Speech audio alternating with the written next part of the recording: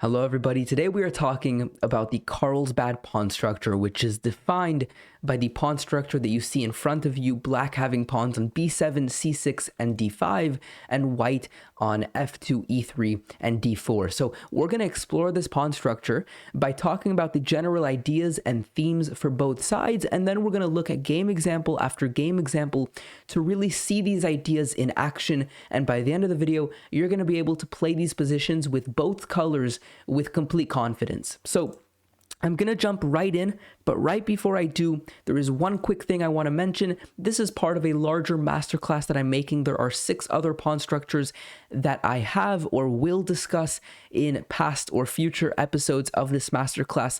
You can see them all listed on the screen. So if you're interested in any of those, feel free to check out the links in the description. You'll find the video link for these, and also you'll find the downloadable PGN files for all of these chapters. And with that, ladies and gentlemen, let's jump right in. So this is one of the most exciting pawn structures, especially for me, because I play the openings that lead to this structure. So we'll talk about the openings in a moment, but first I want to mention the general ideas for both sides.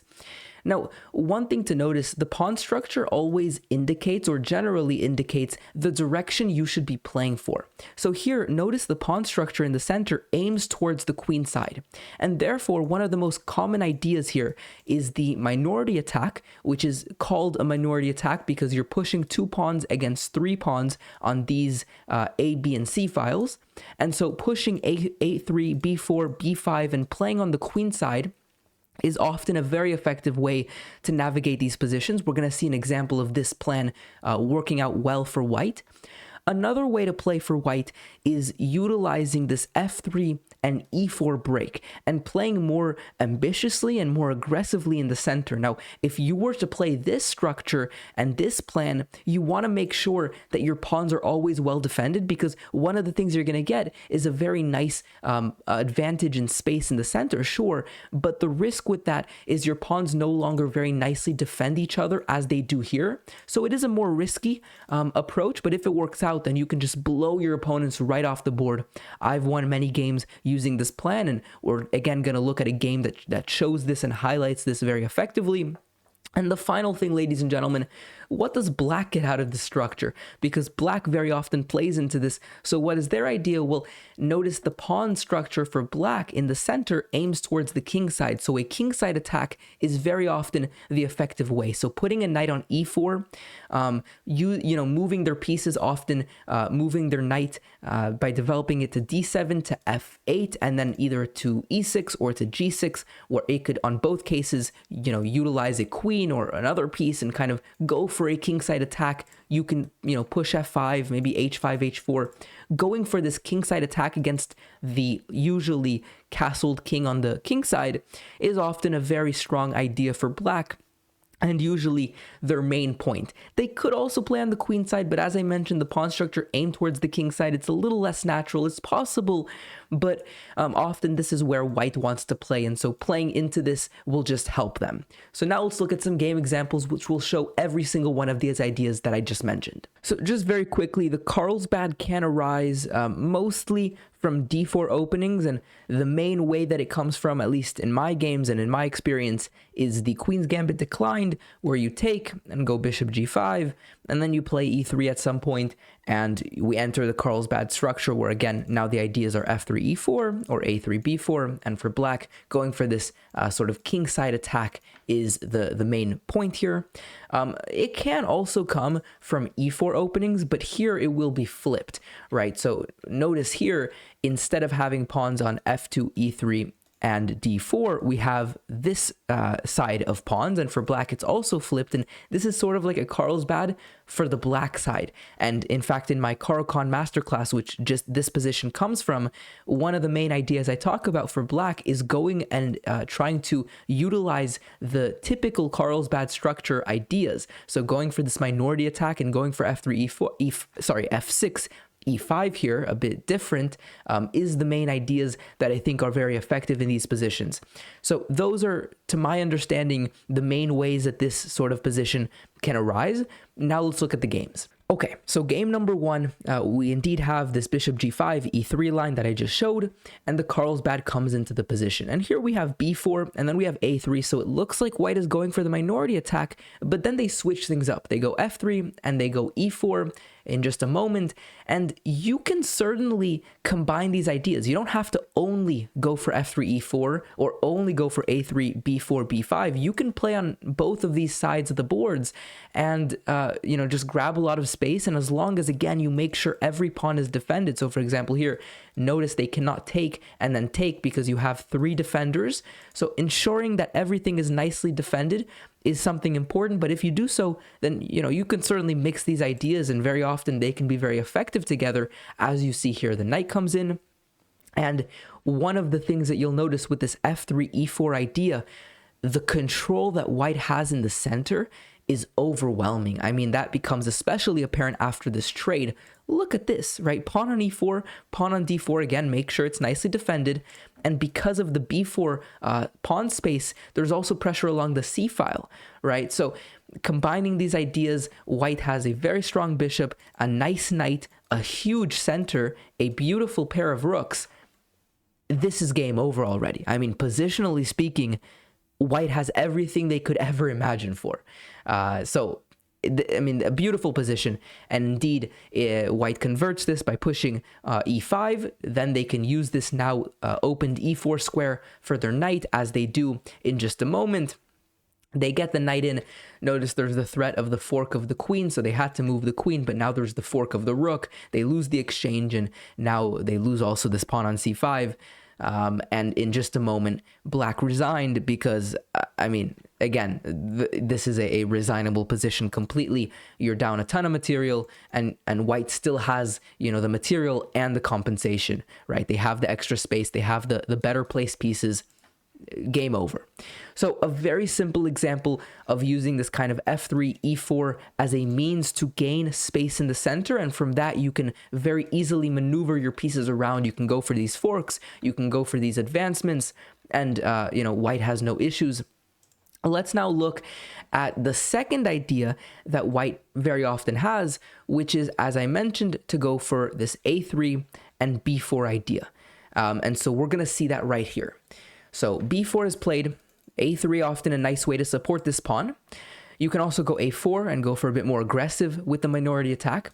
But one of the main ideas is to put your rooks on the c and b file. If you're going for this strategy of leaving your pawns very safe and nicely guarded here and going for the queenside minority attack, you put your rooks on the c and the b file.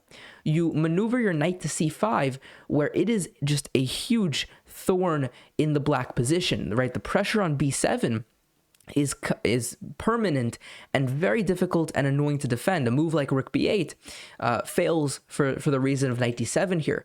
Now, if they were to ever take this knight, which is an annoying piece, well, then you can take back and be very happy, because now you have pressure over this b7 square. You can move your pawn to a5, put a rook on b6, put the other rook on b4, put the queen on b1, and you're going to win this pawn, right? Or you can, sometimes there's this tactic of taking on a6 and then winning the rook that defends the pawn from b8. So these are very kind of positions where white slowly improves and adds more and more pressure until something cracks. But when something cracks, you don't only win a pawn, you open up the entire queenside. When one pawn hangs, the entire are very much bound to fall as well.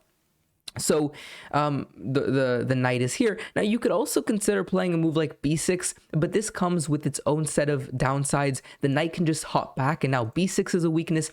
But even more importantly, now this rook on the c file indeed has a great time. The pressure now is on c6 as well. And so, they can try to hold on to everything, sure, but now you can consider stacking rooks on the c file. You can reactivate your knight, and white is again the one that is pushing here and slowly making improvements that just add a lot of pressure on the queen side. So a very effective plan. In the game, rook to e7 was played, defending, and now a4. we can see b5. This is one of the other ideas, breaking through here.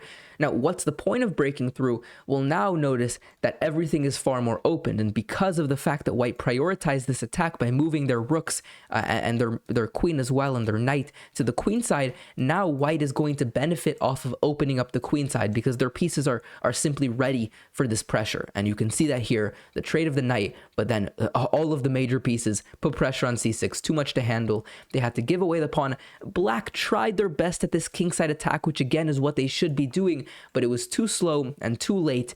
And indeed, white just took over, right? There's nothing to play here anymore. White is up quite a lot of material. I mean, admittedly, black can should still play here, trading the rooks, for example. But because the rook is so active and this one is more passive, this endgame is indeed losing, and you can see that g4 here, the rook is forced out of the defense of the d5 pawn, and when this pawn falls, the d4 pawn becomes very strong as well. So a nice example of crashing through on the queen side, a very effective plan, as I mentioned, in these structures, the Carlsbad structures. Now let's look at a final example, and this time we're going to look at this from black's perspective. How do you play against the Carlsbad? Well, as I mentioned, the kingside attack is your best friend here. So putting the knight through d7 to f8 and activating it on the king side is extremely useful. Planting a knight on e4 is often also very strong because not only are you, helping with the kingside attack, there's ideas, for example, of sacrificing on f2 if the rook was gone and the queen was gone and then crashing through, but also you are, slightly slowing down this queenside attack. The knight in the center is a beast and it controls both sides of the board, so it's a very useful multi-purpose move. And they don't really ever want to take this knight because then you take with the pawn and this will only strengthen and help your attack further. This pawn is now also going to be on the king side, helping, putting on more pressure. So in the game, b5 was played. White went for the minority attack. But one of the things here is black went very quickly for this attack on the king side. And white did not defend effective enough. Bishop h3 here, a beautiful idea. If you were to take this one, there is, of course, this check coming. Now, they can block with the bishop, but now a nice idea. The threat is knight f3 here. The bishop cannot take. You win the queen. Game over. If they move, it's mate as well, so they can't take this bishop, and now there's just pressure on g2. So a very nice tactic black found here that just gives them entirely a better position. Queen to f6 now.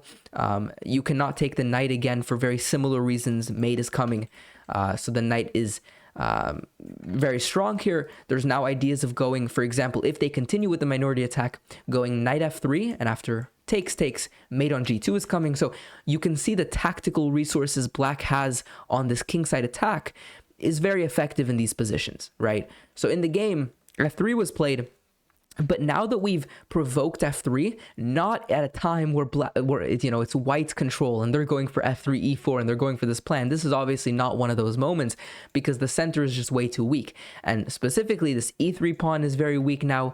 The entire king side opens up and white is not prepared again to go e4. So f3 was a necessity, but it was a very problematic move. They did not want to make this. You lose the rook as well, of course, and now knight f5, as I mentioned, putting pressure on e3. You cannot push this one as well because now d4 hangs, and so the entire position collapses. We had knight to d1, very, desperate move, and then we had queen swinging around, kind of playing around. You've already won material, and the attack continues, to be completely honest. Knight takes d4 here. White resigned. If you take, you lose the rook. If you don't take, the knight is going to even just come back and now then take on e3. So you can see how quickly things collapsed here. Now, you might be wondering what was the mistake that white made, because it seems like they're going for this minority attack. It seems like they're playing pretty normally what I was, recommending from the white side.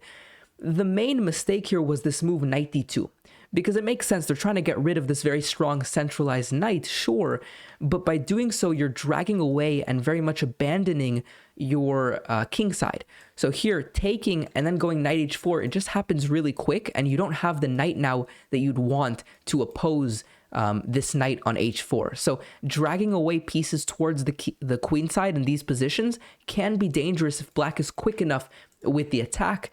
So that was the main mistake. Additionally, playing f3 here, it seems like it was necessary. You could have gone queen d1 though and just stopped knight f3 using your queen. Very, very passive. You disconnect the rooks. You now have no idea of going for this minority attack. The queen can no longer aid in that, and your only point is to stop the threats. Very passive and not a move that, you know, white would want to make, but maybe it was an improvement over f3, which is just very weakening. So those were some of the areas to improve from white, but you can see that this attack, if white does not play carefully with the white side, this attack very much plays itself, and black got a very strong position from the Carlsbad structure. And ladies and gentlemen, those are the general ideas and considerations that you should have when you're playing either side of the Carlsbad. Hopefully you enjoyed the video. Subscribe if you're new around here, like the video if you did learn something new from it, and I'll see you guys next time. Peace out.